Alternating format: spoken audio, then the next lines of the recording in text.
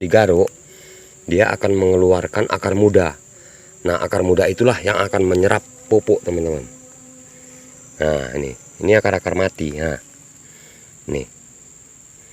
Jadi kalau bisa digaruk itu lebih bagus lagi. Assalamualaikum teman-teman, jumpa lagi dengan saya Olup.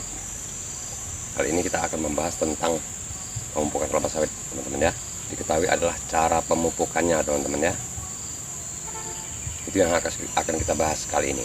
Dan sebelum kita lanjut ke videonya, buat teman-teman yang baru mampir ke channel ini yang belum subscribe, silahkan subscribe teman-teman ya, dan aktifkan juga lonceng notifikasinya.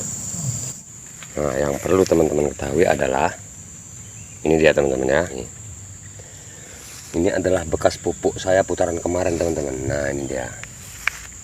Nah, ini ya, ini adalah bekas putaran pupuk putaran kemarin.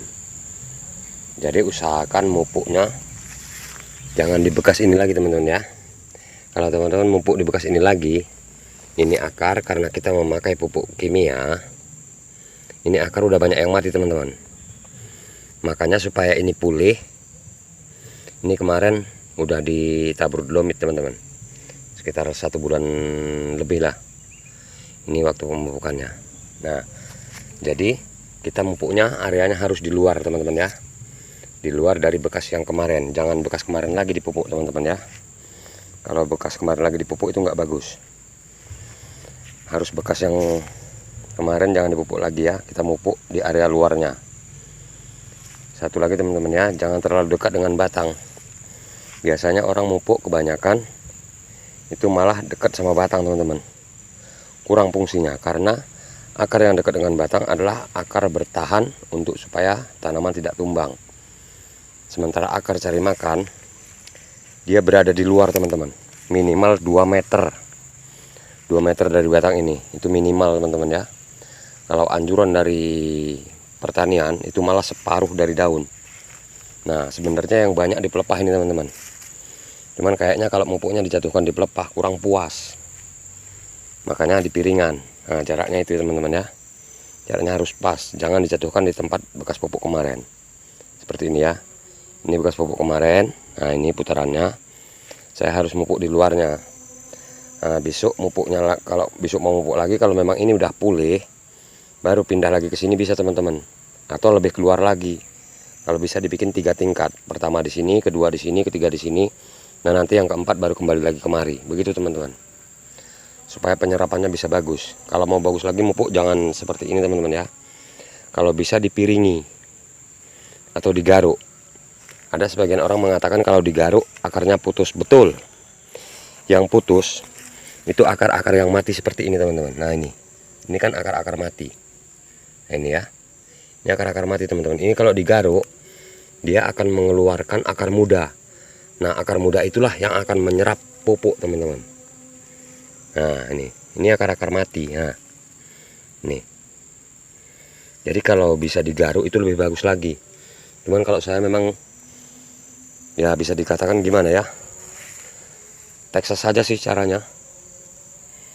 Itu aja teman-teman ya, cara pemupukannya di luar dari bekas pupuk kemarin teman-teman ya, supaya dia bisa bagus. Kalau soal rumputnya ini asal dosis pupuk sesuai, ini mati teman-teman ya. Kena zat kimia itu dia mati teman-teman ya.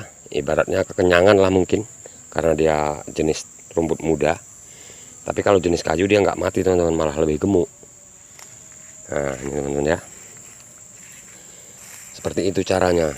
Jadi harus dipahami betul, jangan terlalu dekat dengan batang. Satu lagi ya, jangan bekas pupuk kemarin, harus di luar bekas pupuk kemarin teman-teman ya, supaya bisa bagus penyerapannya.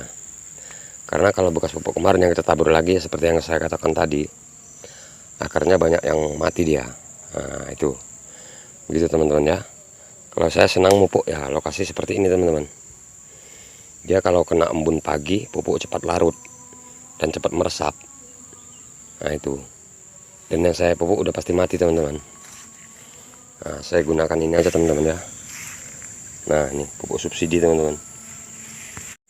Satu lagi yang perlu diperhatikan teman-teman ya, kalau curah hujan tidak terlalu sering atau lokasi tidak terendam banjir, nah, bisa ditabur langsung gitu aja teman-teman.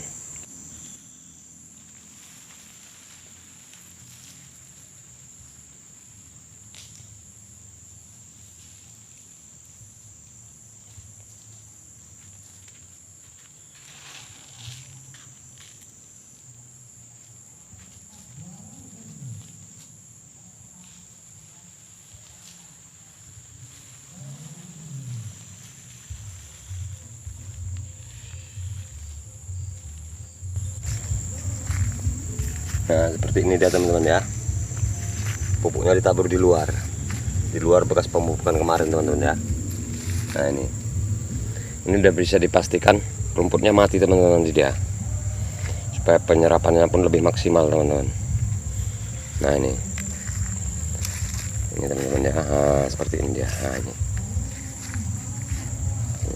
di luar bekas pupuk kemarin teman-teman ya, supaya bagus. Alhamdulillah masih ada buahnya teman-teman.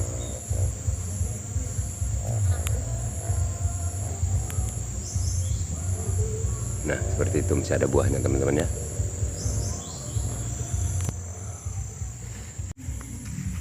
Satu lagi teman-teman, kalau curah hujan terlalu tinggi atau lokasi sering terkena banjir, tergenang air, cara pemupukannya dibuat 4 lubang teman-teman ya, supaya pupuk nggak sia-sia.